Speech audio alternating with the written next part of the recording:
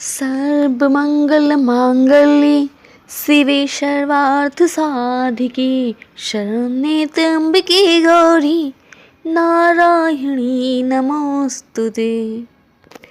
प्रिय भक्तगणों, आप सभी को जय माता दी।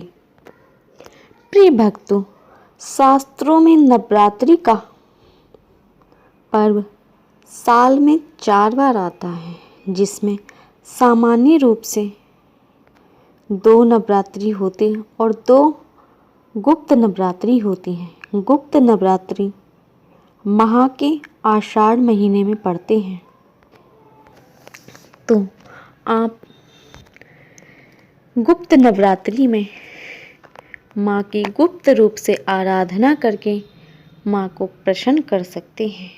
प्रिय भक्तों, हम बात कर रहे हैं 10 महाविद्याओं की, जिनकी पूजा अर्चना करने से जीवन की समस्त बाधाएं दूर होती हैं और भाग्योदय होता है।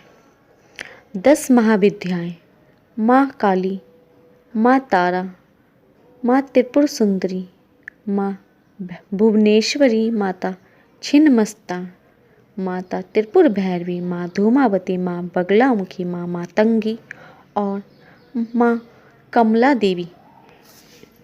गुप्त नवरात्रि में 10 महाविद्याओं की साधना की जाती है। प्रिय भक्तों, आज हम आपको बता रहे हैं कि आप किस तरह से 10 महाविद्याओं की साधना गुप्त नवरात्रि में करें, ताकि माँ दुर्गा का आपको आशीर्वाद प्राप्त हो सके और आपके जीवन में सुख समृद्धि का वास हो सके। गुप्त नवरात्रि को तंत्र साधना के लिए मुख्य रूप से जाना जाता है। गुप्त नवरात्रि में महाकाल की पूजा का विशेष फल मिलता है। गुप्त नवरात्रि में आप अपनी साधना को जितना ज़्यादा गुप्त रखते हैं, उतना ही आपको अधिक फल मिलता है। गुप्त नवरात्रि में आप प्रत्येक दिन सुबह और शाम के समय में माँ दुर्गा की आराधना करें। आइए जानते हैं, गुप्त नवरात्रि के दिन पहले दिन करें माँ काली की पूजा। गुप्त नवरात्रि के पहले दिन माँ काली की पूजा अर्चना की जाती है। दुर्गा सप्तशती के अनुसार माँ काली तंत्र साधना की मुख्य देवी है। इनका स्वरूप भयावह एवं शत्रु का संहार करने वाला होता है। माँ काली की पूजा करने से शत्रु से मुक्ति मिलती है। गुप्त नवरात्रि के दूसरे दिन माँ तारा की पूजा की जाती है।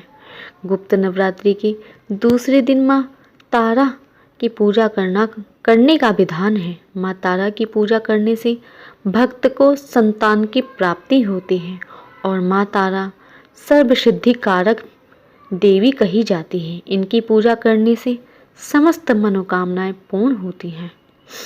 गुप्त नवरात्रि का तीसरा दिन माँ त्रिपुर सुंदरी को समर्पित होता है। इस दिन माँ त्रिपुर सुंदरी की साधना करने से भक्त को आकर्षण और सौंदर्य प्राप्त होता है। भक्तों को सुख और सौभाग्य की प्राप्ति होती है। माता की पूजा में लाल रंग का उपयोग किया जाता है। नवरात्रि के चौथे दिन माँ भुवनेश्वरी माता की पूजा की जाती है। नवरात्रि का चौथा दिन माँ भुवनेश्वरी को समर्पित होता है। इस दिन माँ भुवनेश्वरी की पूजा आराधना करने से सुख समृद्धि की प्राप्ति होती है और व्यक्ति दिव्य प्रकाश से युक्त होता है। माता भुवनेश्वरी अपने साधक को शुभता का वरदान देती हैं। नवरात्रि का 5वां दिन माँ छिन्नमस्ता को समर्पित होता है। नवरात्रि का 5वां दिन माँ छिन्नमस्ता की पूजा करने से गुप्त शत्रुओं से रक्षा होती है और आरोग्यता की प्राप्ति होती है। माँ छिन्नमस्ता का आशीर्वाद पाने के लिए इस दिन आप माँ छिन्नमस्ता की पूजा अवश्य करें। गुप्त नवरात्रि के 6ठे दिन माँ त्रिपुर भैरवी की पूजा की जाती है।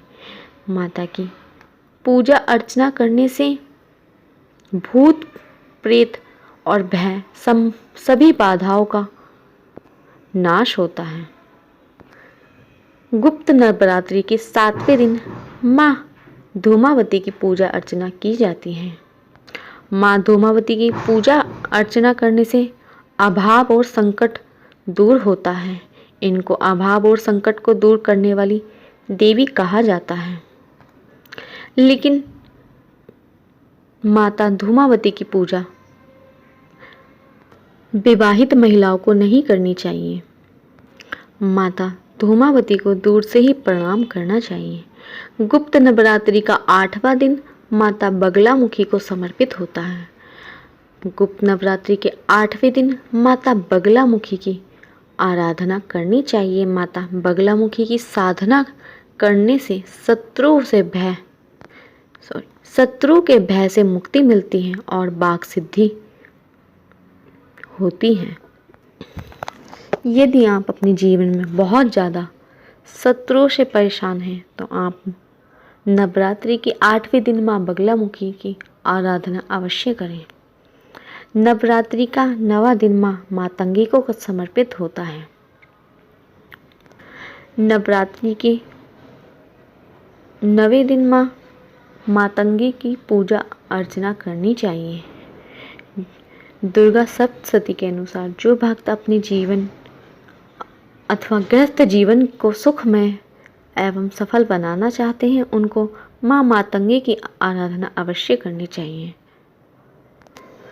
गुप्त नवरात्रि की आप किसी भी दिन अथवा नवरात्रि के 10वें दिन माँ कमला की पूजा अर्चना कर सकते हैं। माँ कमला गुप्त नवरात्रि में आप माँ कमला की पूजा करते हैं तो आपसे माँ लक्ष्मी प्रसन्न होती हैं और आपको धन संपत्ति का वरदान देती हैं।